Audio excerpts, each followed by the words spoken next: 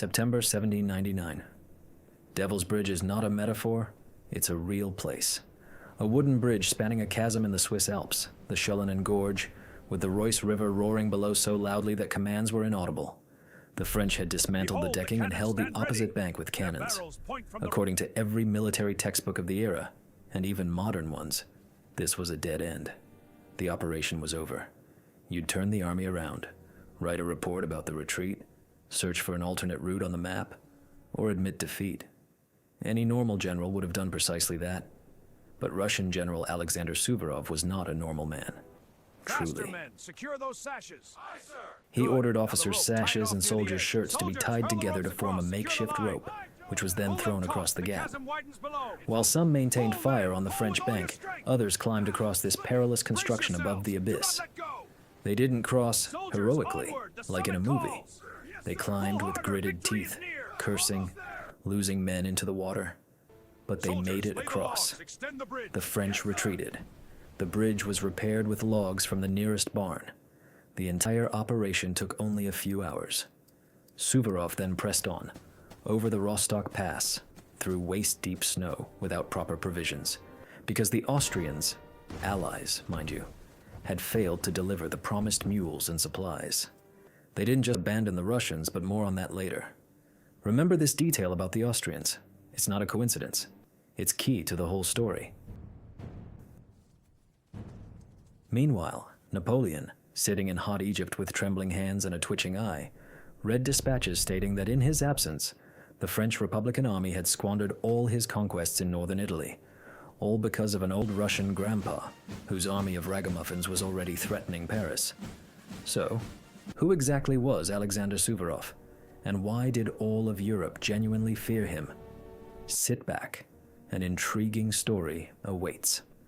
By the time of this Alpine circus, Alexander Suvorov was already a 70-year-old man with ailing lungs who had been pulled from exile just a few months prior.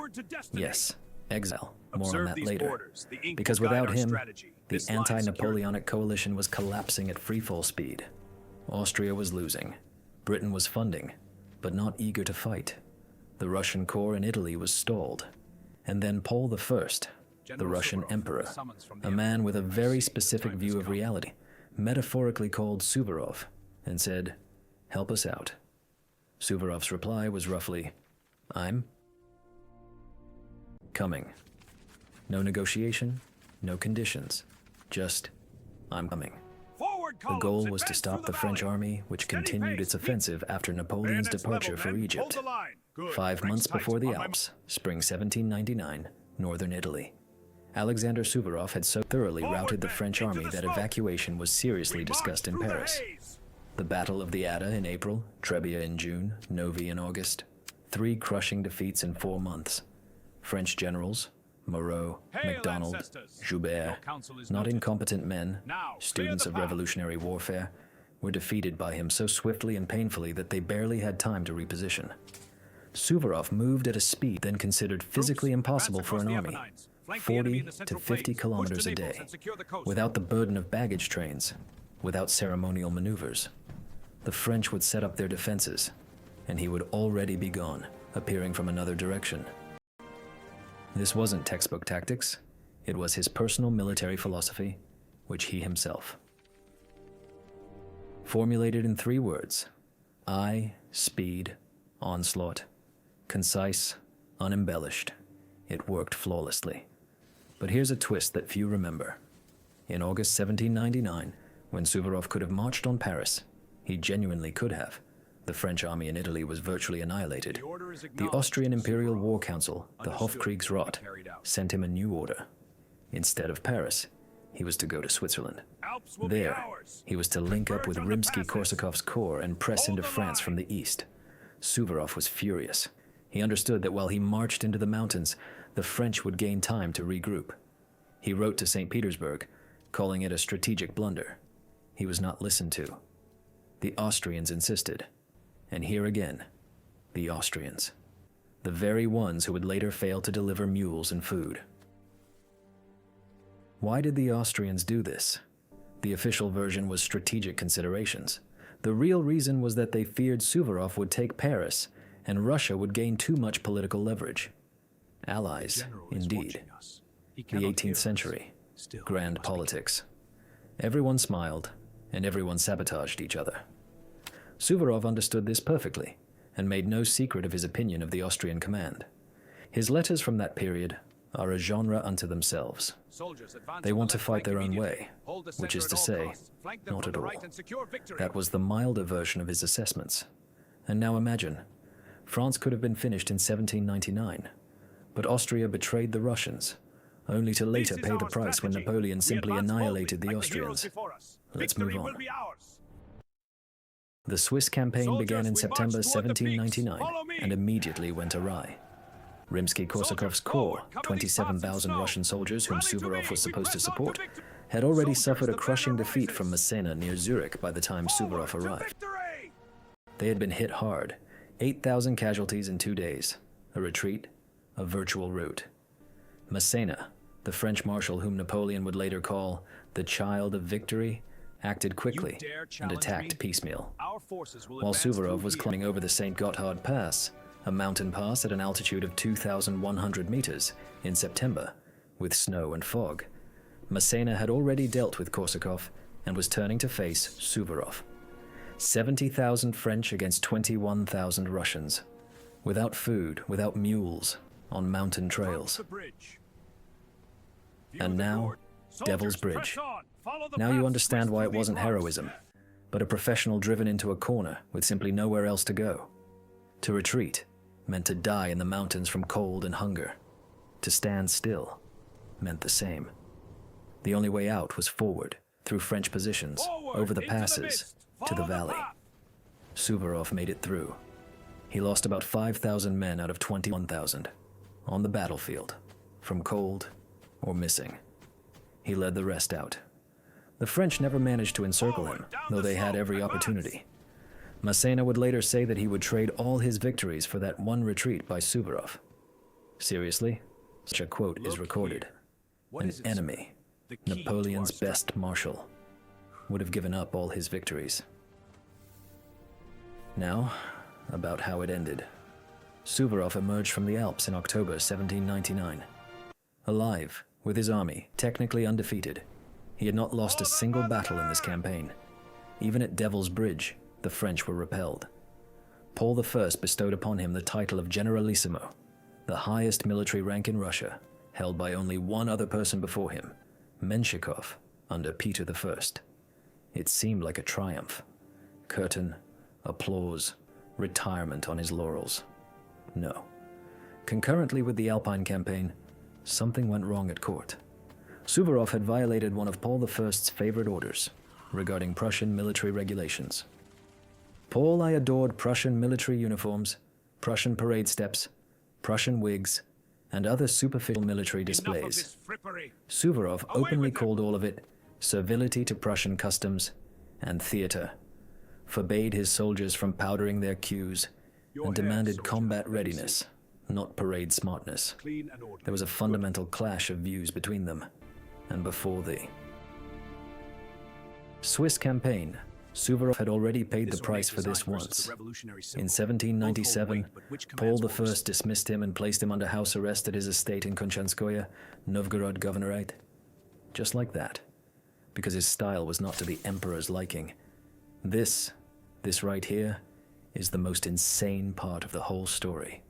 A man who, by 1797, had 2 Turkish campaigns, the capture of Ismail, the suppression of Kosciuszko's Polish uprising, and the Italian campaign under his belt, sitting under arrest in a village because the emperor didn't like his attitude towards Whigs. While in exile, Suvorov wrote letters to the emperor. He pleaded to be allowed back into service. He said he was ready to fight as a private soldier. He was ignored for 2 years, until things went completely south with the French in Italy, and Russia desperately needed a general to correct a whole host of mistakes that had been made. Let's return for a second to Suvorov's brilliant Turkish victories, to Ismail, because without it, you can't grasp the scale of this man's greatness. The year 1790. Ismail was a fortress on the banks of the Danube, in what is now the Odessa region. A Turkish fortress which French engineers had specifically designed as impregnable, naturally, to prevent the Russians from capturing it.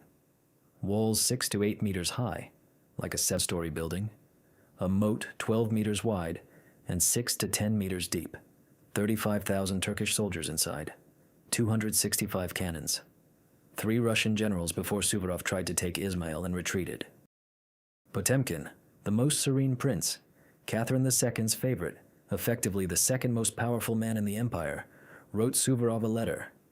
"To come or not, I leave to your will." The hint was clear. It was a lost cause. Don't go if you don't want to. Suvorov came. He inspected the fortress. He famously said, "A fortress without weaknesses." And he took it in a 10-hour assault. How? Suvorov constructed exact replicas of the fortress defenses in the field and drilled his soldiers for 6 days, climbing ladders over mock walls, operating in narrow passages, moving in columns. The soldiers knew their mission down to the last meter. On December 11th, 1790, at 4 in the morning, a simultaneous assault from 9 directions. 31,000 Russian soldiers against 35,000 Turkish. By 2 in the afternoon, Izmail had fallen. It was such a military sensation that Istanbul declared a period of mourning.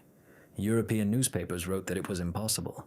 Suvorov replied in a letter to Potemkin, "Let the thunder of victory resound," and requested awards for his officers. He didn't write a single word about himself. But here's a detail often omitted. After Izmail, Potemkin did not allow Suvorov to exploit his success. Politics intervened again. Catherine II was negotiating. A pause was needed. Suvorov could have pressed on to Istanbul. He genuinely could have. The Turkish army was morally broken, but he was ordered to hold his position. He complied. And once again, politics proved stronger than military logic. This would repeat throughout his life, like a recurring refrain. Now, about Poland, because this is the most uncomfortable episode. The year 1794. Tadeusz Kościuszko, a Polish general, hero of the American Revolution, who, incidentally, fought under Washington, raised an uprising against the partition of Poland. Russia, Prussia, and Austria had by that point already partitioned Poland once in 1772 and a second time in 1793, and the Poles rightly decided that a third must not be allowed. Kościuszko gathered an army, arming peasants with scythes, literally, scythes on poles, and for a time, he genuinely held his ground. At Ratswowicz in April 1794, his scythemen overran Russian artillery. It was a sensation. Then Suvorov arrived. Catherine II once again called her chief problem solver. Suvorov stormed Praga, a Warsaw suburb, in November 1794. The Polish uprising was over. Kościuszko by that point had already been wounded and captured near Maciejowicz by another Russian general, Fens. Suvorov personally released him from prison and set him free. This is a historical fact. An enemy whom he had systematically defeated, he personally freed, because he respected him. That kind of man. The Polish campaign earned Suvorov the rank of field marshal in 1794. Catherine II wrote to him, "To the victor over Poland's victor," meaning that Poland had defeated the Crusaders and the Swedes, and Suvorov had defeated Poland. High praise. A marshal's baton studded with diamonds, money, estates, honors. And then, another twist. 3 years later, exile. For Whigs. This is where it gets interesting from a psychological perspective, though Suvorov didn't know or care for psychology as a science. How could a man with such a record tolerate such treatment? The answer is simple and uncomfortable. He was a military man, raised in a system of absolute monarchism, and for him, an oath was not a formality, but a literal commitment. He might hate a specific order, and yet he would carry it out. He might consider Paul I an idiot, which by all accounts he did, and yet he would still go to war when called. Not out of fear, out of principle. This made him indispensable, and infinitely vulnerable simultaneously. There was also his personal life, a very short story, because it was a complete catastrophe. He married Varvara Prozorovskaya, a prince's daughter, in 1774. She was beautiful and young. He was a 45-year-old general with a reputation. The marriage proved so unsuccessful that after a few years, Suvorov filed for divorce, a scandalous procedure at the time, requiring proof of infidelity. He didn't have to prove it. His wife herself left for another man. Suvorov remained with his daughter, Natalia, whom he adored. He called her Suvorochka, writing her the sweetest letters directly from the battlefield, between strategic dispositions. His son, Arkady, was born later, and their relationship was complex. Overall, a general who captured impregnable fortresses and was utterly helpless in his own home. This is, if you will, honest. Now, separately, about how he actually fought. Because it wasn't just attacked quickly and won.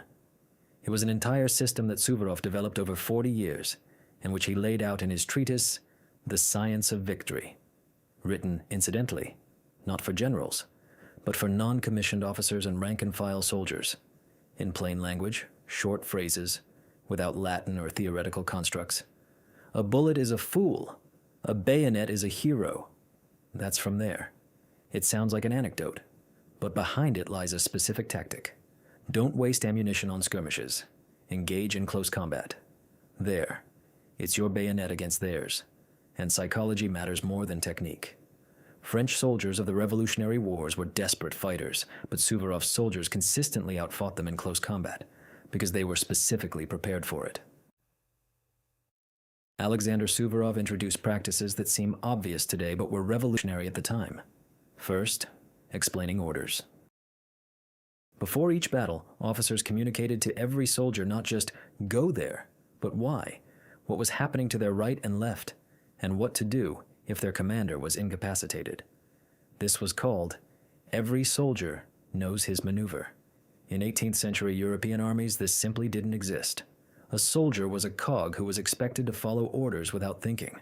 For Suvorov, a soldier was a participant who understood the objective. The difference in battle was colossal. When a commander fell, his unit didn't disband but continued to act. Second, marching pace. The norm then was 25 to 30 kilometers per day for infantry. Suvorov pushed for 40 to 50, and in critical situations, up to 60. This was physically exhausting but provided the main advantage. The enemy never had time to prepare. While the French staff was drawing up dispositions, Suvorov's column was already standing where it wasn't expected. Third, night marches and dawn attacks. The capture of Ismail began at 4 in the morning. The storming of Praga in 1794, also at dawn. This was no accident. Human psychology is such that in the pre-dawn hours, morale is at its lowest, reactions are slowed, and the chain of command operates less effectively. Suvorov knew this not from books, but from experience. His relationship with his soldiers is a separate story, one that now seems almost implausible. He knew his soldiers by name, not just officers, but privates. He might approach a campfire, sit down, talk, and ask about things back home.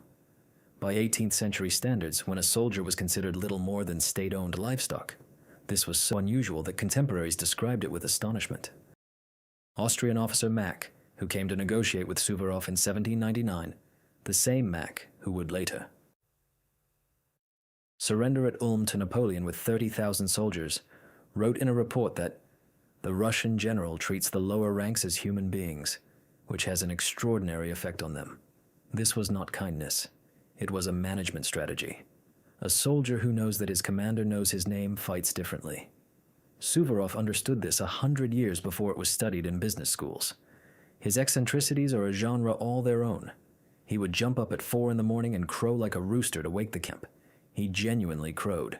It's documented. He doused himself with cold water in freezing temperatures. He ran around the camp in just his shirt. He didn't wear his uniform for formations, appearing in whatever he had slept in. Austrian and Prussian officers, raised on strict protocol, were left speechless by this. Once, at a meeting with high-ranking Allied officials, he came out in his underwear and conducted the entire reception that way, ignoring the reactions of those present. This was not dementia or eccentricity for eccentricity's sake. This was a man to whom the rituals of social life were so foreign that he simply refused to observe them. To fight Certainly. Diplomatic dinners in full regalia? No, not interested. Now, about Europe's fear. Not respect, not admiration, but genuine fear. Where did it come from? It wasn't just about victories. Everyone had victories. It was about unpredictability. Suvorov did things an 18th century army was not supposed to do. He attacked at night, unheard of. He moved without baggage trains, logistically impossible, yet he moved. He stormed without artillery preparation, tactical suicide, yet he took his mile. French generals who fought him in 1799 later described the same sensation in their memoirs. By the time you understood what he was doing, he had already done something else entirely. Moreau, a highly experienced French commander, one of the best, wrote in a report after the Ada that Suvorov doesn't fight by the rules. This was not an insult. It was the dismay of a professional whose entire frame of reference had been shattered. Napoleon, and this is crucial, never met Suvorov in battle. The Swiss campaign of 1799 ran parallel to Bonaparte's Egyptian campaign. Napoleon was in Egypt, Suvorov in the Alps. Later, Napoleon returned, staged the coup of 18 Brumaire, and became first consul. Suvorov died in May 1800. They missed each other by mere months. Napoleon would later say, sources vary in detail, but the essence is the same. Suvorov was the only one who could oppose me. This is from a man with an absolute ego. Ponder that. And now, the conclusion I've been leading you to from the very beginning. May 1800, St. Petersburg. Suvorov returns from Switzerland, generalissimo, undefeated. With an army he led through the impossible. Paul V refused to receive him. The official reason: Suvorov violated regulations by keeping a duty general at his staff, which was not allowed under the new rules. Literally, an administrative infraction. For this, the public humiliation of a hero. Suvorov entered St. Petersburg ill, his lungs, which he had abused for 40 years with cold baths and sleeping in the snow, finally gave out. He died on May 6th, 1800, at Count Kvostov's house, without an audience, without an official farewell from the sovereign. Paul V did not attend the funeral. What remained? The Science of Victory remained, his military treatise, written in plain soldier's language without a single word of Latin, which is still studied in military academies today. Suvorov's training system remained. The idea that a soldier must understand the meaning of an order, not just execute it, that every private must know their maneuver and be able to act without a commander. By 18th century standards, this was a revolution. By 21st century standards, common sense that many armies still haven't mastered, 60 victories out of 60 battles remained. Devil's Bridge remained, now a tourist attraction with exhibits and souvenirs. And one phrase remained, which he uttered near the end of his life, and which everyone later quoted differently. But the meaning is the same. I was never cold. The enemy's fire kept me warm. Beautiful? Indeed. True? Absolutely. A man who spent his entire life at war and felt at home nowhere else, neither at court, nor with his family, nor in exile, was perfectly encapsulated in these two sentences. Europe feared Suvorov not because he was cruel. There were plenty of cruel generals. They feared him because he was incomprehensible, unpredictable. Operating by rules he invented himself, rules that somehow worked better than all others. The system couldn't digest him, neither the Austrian nor the Russian court. They tolerated him, used him, and sent him away at the first opportunity. He died a year after the Alps. Paul I was assassinated by conspirators a year after Suvorov's death, in March 1801, in his own bedroom. The new emperor, Alexander I, restored Suvorov's posthumous reputation and ordered a monument to be erected. The monument still stands in St. Petersburg today, in the image of Mars, the god of war, in Roman armor. During his life, Suvorov wore a simple soldier's greatcoat and slept on hay,